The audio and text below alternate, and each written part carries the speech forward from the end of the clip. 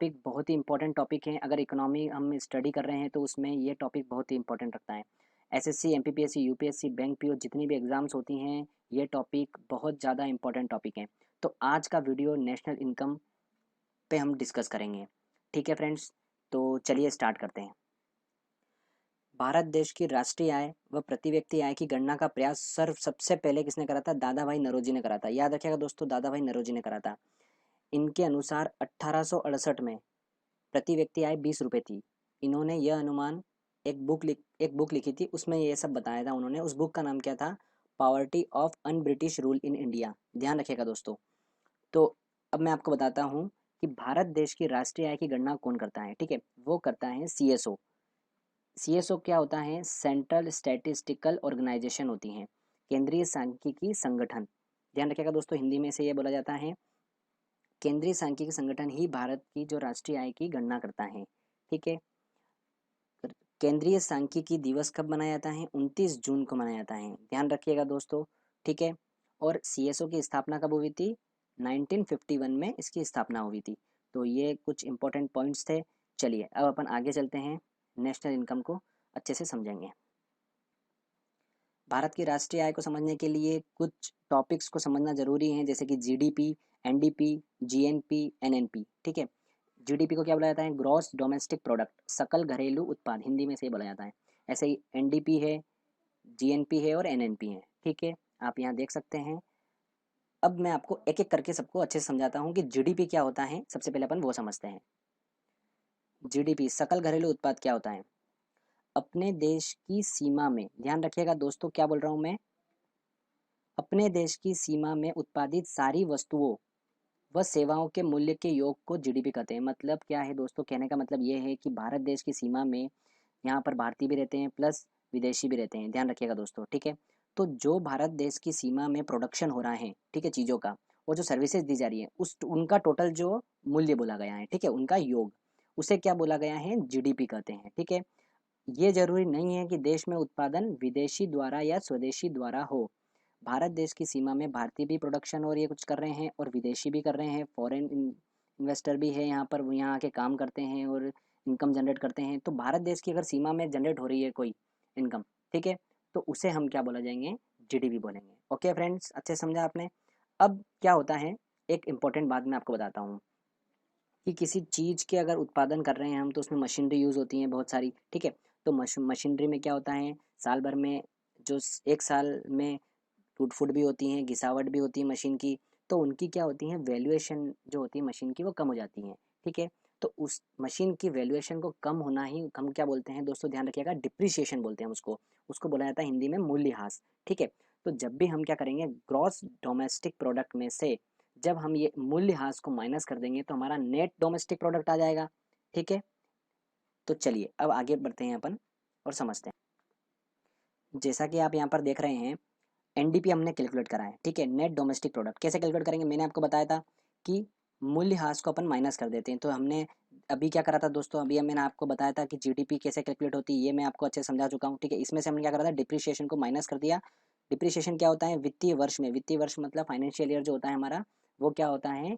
1 अप्रैल से लेकर 31 मार्च, ये फाइनेंशियल होता है। इस फाइनेंशियल ईयर में जो हमारा मशीनरी है, उसकी जो वैल्यूएशन में, कीमत में जो कमी आ रही है, उसी को डिप्रिशिएशन बोलते हैं।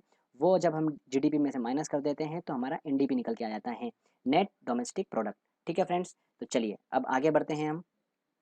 अब बात करते हैं जीएनपी की, सकल राष्ट्रीय उत्पाद, gross national product. National product मतलब नेशनलिटी की बात हो रही है दोस्तों, मतलब देश के नागरिक की बात हो रही है। सिंपल सी बात है, बहुत ईजी तरीके से समझेंगे। देश के नागरिकों द्वारा उत्पादित वस्तुओं व सेवाओं के मूल्य का योग, ठीक है, जीएनपी कहलाता है।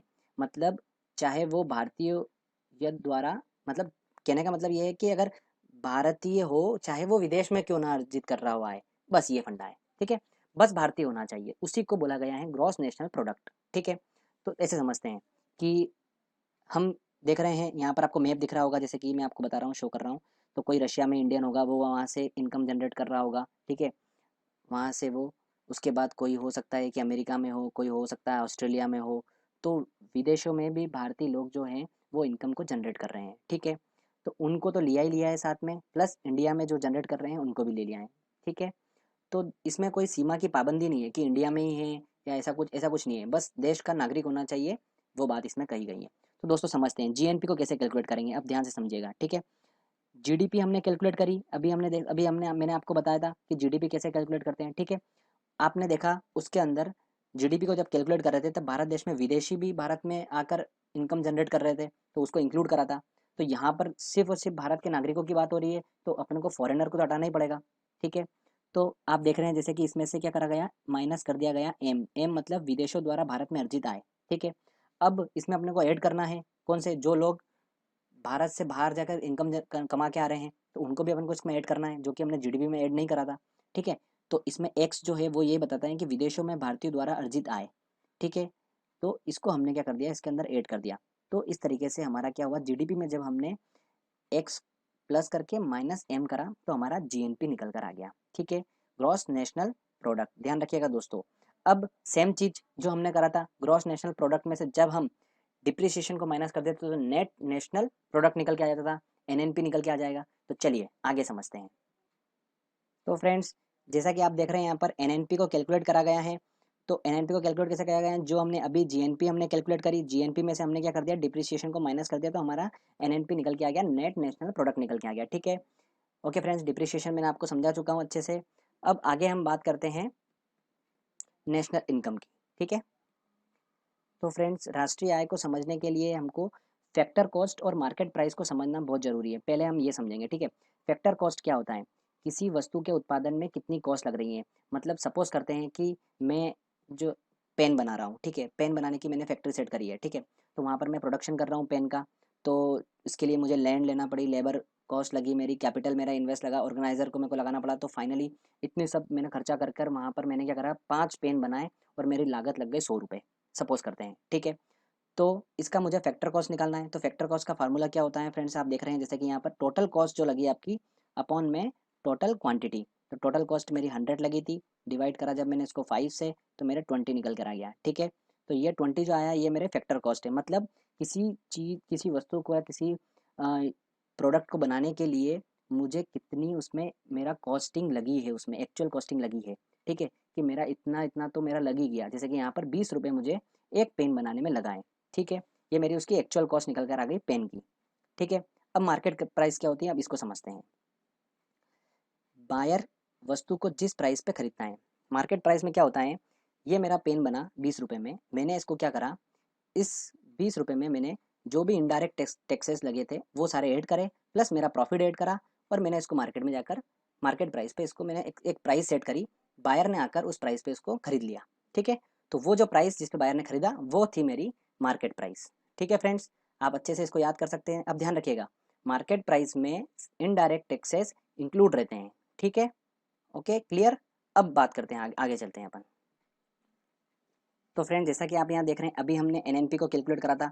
अब हम देखते हैं, अब ऊपर देखिए ये वाला, ये चीज़ देखिएगा आप, ठीक है, ध्यान से देखिएगा। एनएनपी जो अभी हमने कैलकुलेट करा था उसको मार्केट प्राइस पे हम कैलकुलेट करते हैं। अब मैंने आपको बताया था कि मार्केट प्राइस पे क्या होता है दोस्तों, जो मेरी कॉस्टिंग लगी प्लस मैंने जो मेरी कॉस्टिंग लग के जो मैंने पेन बनाया था उसमें मैंने इनडायरेक्ट टैक्सेस ऐड करके उसको मैंने अपना प्रॉफिट ऐड करके सेल कर दिया था, ठीक है। तो सेम चीज़ ध्यान रखिएगा दोस्तों, यहाँ पर जब एनएनपी अपन मार्केट प्राइस पे कैलकुलेट कर रहे हैं तो NNP at a factor cost, ठीक है, प्लस इसमें इनडायरेक्ट टैक्सेस को ऐड कर लिया, तो ही मेरी मार्केट प्राइस आ गई थी उसकी, ठीक है ना फ्रेंड्स, क्लियर।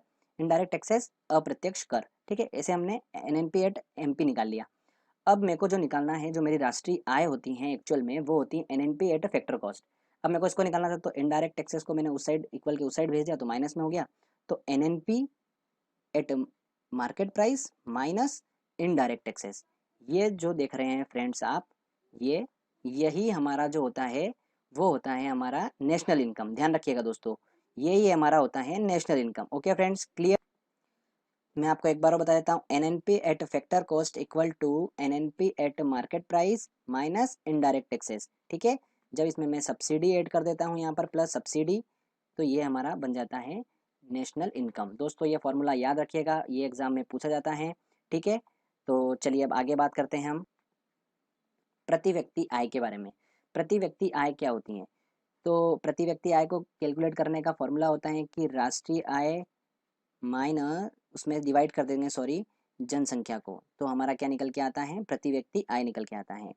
ध्यान रखिएगा, सबसे ज़्यादा प्रति व्यक्ति आय जो है उसमें गोवा जो है वो नंबर 1 पर है, ठीक है। और सबसे कम प्रति व्यक्ति आय कहाँ पर है, बिहार में है। ओके फ्रेंड्स, ध्यान रखिएगा, ठीक है। तो फ्रेंड्स, यहाँ पर हमारा जो है नेशनल इनकम का टॉपिक जो है हमने ऑलमोस्ट कवर करा है। अगर आपको फ्रेंड्स ये वीडियो अच्छा लगा है तो प्लीज़ इस चैनल को सब्सक्राइब करिए और इस वीडियो को लाइक करिए। थैंक यू दोस्तों।